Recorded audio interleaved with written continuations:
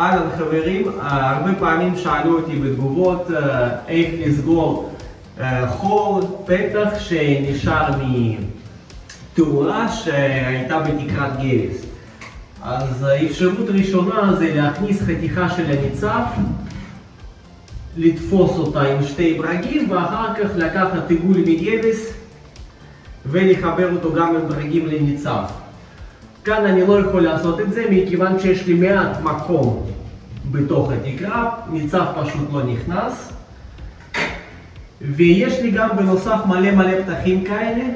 покажи здесь весь потолок. ויש לי מלא פתחים כאלה לעשות פה בכל הדירה, זה לוקח יותר זמן. איך אפשר לעשות את זה יותר מהר? אז פשוט אני לוקח חתיכה של גבס, וכאן בקצוות אני שם חומר הייטק סופר 7. הנה, הייטק סופר 7 מהיר. עכשיו אני מכניס את החתיכה הזאת של גבס לתוך תקרת גבס, ומדביק אותה ככה עם שתי אצבעות. חשוב שחתיכה תהיה מספיק קצרה, שתוכלו לתפוס את זה עם שתי אצבעות ולהצמיד לגבס.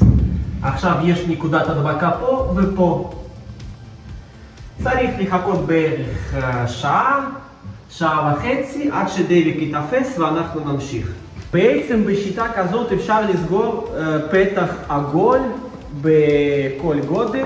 אנחנו צריכים רק עכשיו כוסות. כוסות כאלה אפשר לקנות באלי אקספרס, או שאפשר לקנות אותם בישראל. קניתי את זה בהום סנטר נראה לי, באייס, אני לא זוכר. עולה 35 שקל, 40 שקל קופסה של מקדחי כוס כאלה.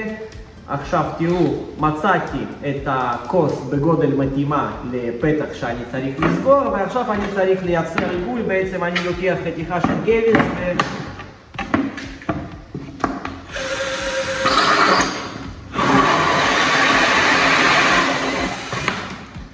ועכשיו יש לי את העיגול שאיתו אני הולך לחסום את הפתח.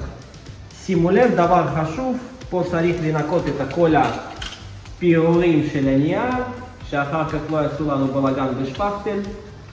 לוקחים ומורידים את כל הפירורים האלה.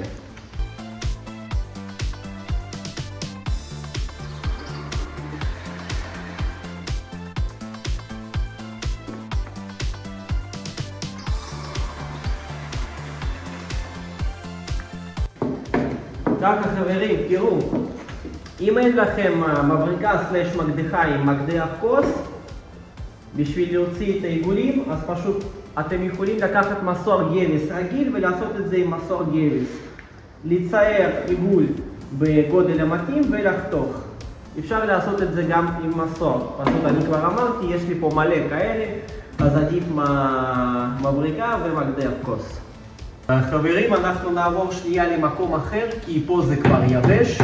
את הגבס הזה הדבקתי מזמן, הוא כבר יבש, ואני יכול להדגים לכם פה. יש לי פה את העיגולים שהכנתי מקודם, ועכשיו אנחנו לוקחים או הייטק מהיר או סופר 7 רגיל, שמים פה על הגבס הזה, שמים פה גם על הגבס.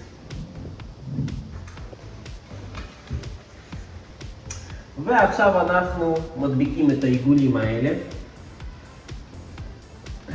פה ניקיתי עם סכין, גם פה ניקיתי את הגרדים עם סכין. וזהו. ועכשיו צריך לקחת מרית או משהו ישר ולראות שזה באותו קו עם התקרה, שזה לא יוצא החוצה. וזהו. ואחרי שהדבקנו את החתיכות, לוקחים בונדרול ועוברים פה על הגבס. למה זה חשוב? כי הגבס שמורידים נייר זה חומר יחסית רך, צריך לחזק אותו, וגם בונדרול שומר על הגבס מפני הלחות.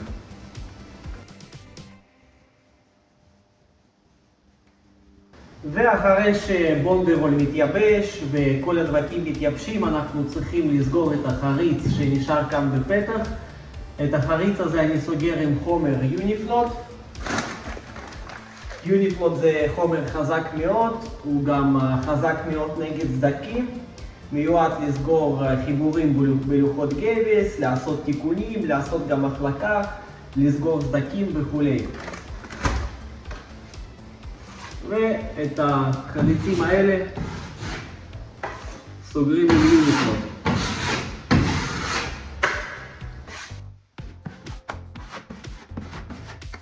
חשוב לנגב את כל החומר ולא להשאיר את העודפים. חברים, ואחרי שיוניפלוט מתייבש אנחנו צריכים לשים פיבה. בחתיכה כזאת קטנה אני לא חושב שזה סופר חשוב לשים פה פיבה, אבל עדיף יהיה מאשר שלא יהיה. נגיד בחתיכות גדולות כמו שם, נגיד בחתיכות גדולות כמו פה, כן חשוב מאוד לשים פיבה. פה אני לא חושב שזה סופר חשוב, כי למה פיבה אחר כך יוצרת לנו קצת גיבה, וצריך לשים עוד הרבה שכבות של שפכטל בשביל להעלים אותה. אבל אם יש אפשרות, זמן, למה לא? אפשר לשים פיבה. שמים שפכטל.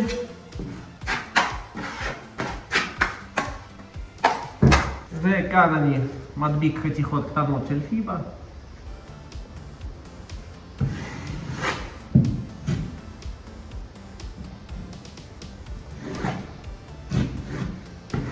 פיבה כמובן, אם מישהו לא מכיר, זה כביכול אמצעי נגד סדקים.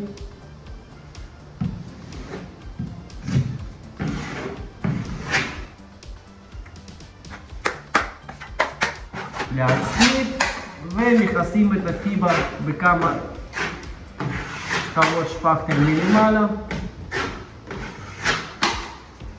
ואחרי ששפכטל מתייבש, אנחנו נותנים עוד כמה שכבות על מנת להעלים את המדרגה בין פיבה לתקרה קיימת. כמובן, אם אנחנו עובדים במקום רטוב כמו חדר מקלחת, חדר אמבטיה, אנחנו צריכים להשתמש בשפכטל שמתאים למקומות כאלה, נגיד אלטק-ויולט של נרלט. כאן זה מקום יבש, כאן אני משתמש ברוקבון של נרלט. וזהו, כמובן אחר כך, אחרי שפכטל עושים שיוף, בונדרול וסלע. חברים, הסרטון הזה נגמר. אם אהבתם את הסרטון תשימו לייק, תירשמו לערוץ כמנוי, זה לא עולה כסף. אם יש שאלות ניתן לשאול בתגובות מתחת לוידאו. תודה רבה על הצפייה ולהתראות.